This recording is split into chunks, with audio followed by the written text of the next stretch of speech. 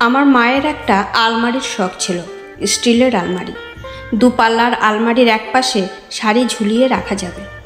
যদিও ঝুলিয়ে রাখার মতো তার শাড়ি কখনো ছিল না। আমার সামান্য চাকুরে বাবা তাকে বছরে দুটো পরার সুতির কাপড় ছাড়া অন্য কাপড় কিনে দিয়েছিলেন বলে আমি অন্তত দেখিনি। সে কাপড় শুধু মা একা পেত না, দাদি আর দুই ফুপুও পেতেন। আলমারির আর এক পাশে অন্য সব কাপড় ভাঁজ করে কয়েকটা ভাগে রাখা থাকবে। সব সময় পরার কাপড় একটাই, শীতের সোয়েটারগুলো একটাই, নিচের লেপ কাঁথা কম্বলগুলো রাখা থাকবে। আলমারি খুললে একটা ন্যাপথলিনের ঘ্রাণ ভেসে আসবে। আমাদের জামা কাপড় রাখার জন্য বড় বড় দুটো ট্র্যাঙ্ক ছিল। একটাতে শীতের জামা কাপড় রাখা থাকতো, আর একটায় একটু ভালো জামা কাপড় ধুয়ে মার দিয়ে বুলু দিয়ে রাখা হতো। একবার মা সংসার খরচ এদিক সেদিক করে কিছু টাকা জমালেন। আলমারির দাম কত হতে পারে সেটা তার ধারণার বাইরে ছিল। তখনকার সময় 4,000 টাকায় আলমারি পাওয়া যেত। মা জমিয়েছিলেন 1300 টাকা। সেই টাকা তিনি একটা পুটুলির মধ্যে করে ভালো জামা কাপড় রাখার ট্রাঙ্কে এক কোণে রেখেছিলেন। বাবাকে খুঁজতে গিয়ে টাকাটা পেয়ে গেলেন। মাকে ডেকে খুশিতে গদগদ হয়ে বললেন, রাসু, ট্রাঙ্কে কিছু টাকা পাইলাম, তুমি রাখছো মনে হয়। মা উত্তর দিলেন না। টাকা জমিয়েছেন এই লজ্জায় সংকুচিত হয়ে গেলেন। বাবা সেই টাকা দিয়ে তার দুই বোনের শ্বশুরবাড়িতে বাজার পাঠালেন। আর কি করলেন সেটা আমরা জানতে পারলাম না। আলমারির ফান্ড শেষ হয়ে গেল। তার বছরখানেক পরে বাবার বেতন সামান্য বাড়ল। বাবা ঠিক করলেন বাড়িতে একটা কাঠের সিন্দুক বানাবেন, লেপ তোষক রাখবেন, জামা কাপড়ও থাকবে।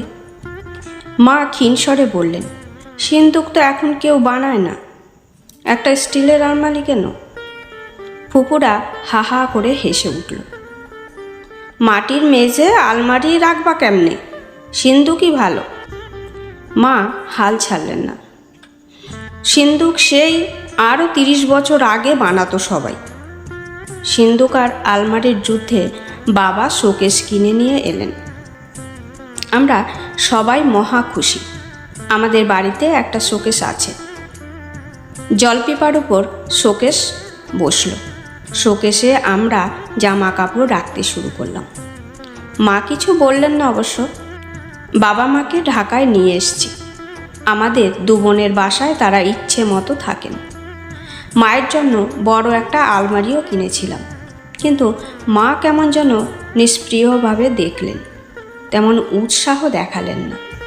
বাবা বরং জোরে জোরে বলতে লাগলেন, দেখছো রাসু, আমার মাইয়া তোমার শখ পূরণ করে ফেলছে।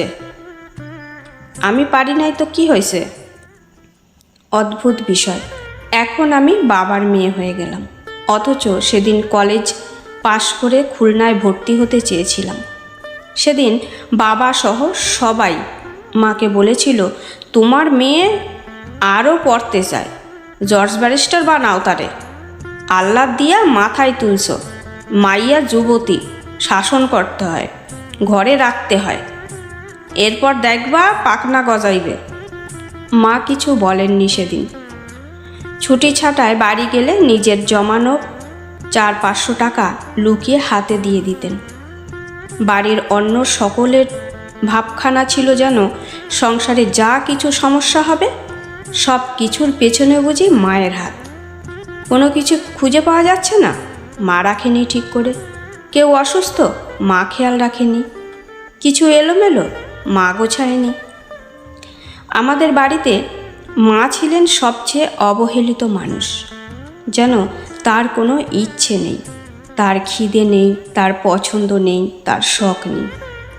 আমি মাঝে মাঝে ভাবি, এভাবে এরকম অদৃশ্য হয়ে তিনি জীবনটা পার করলেন কি করে? সংসারের কোনো সিদ্ধান্ত নেওয়ার হলে যে পারিবারিক মিটিং বসতো, সেখানে মায়ের ভূমিকা উপস্থিত সদস্যদের চা নাস্তা দেওয়া, কে কে রাতে থাকবে তাদের ঘুমানোর বিছানা তৈরি করা, আর সকলের জন্য রান্না করা। বড় হবার পরে বাবাকে একদিন চেপে ধরলাম। কেন এত অবহেলা করেছো মাকে? তোমার মা বোন যে গুরুত্ব পেয়েছে সেটা আমার মা পায়নি কেন? বাবা উত্তর দিতে না পেরে বোকা বোকা হাসি দিয়েছিলেন।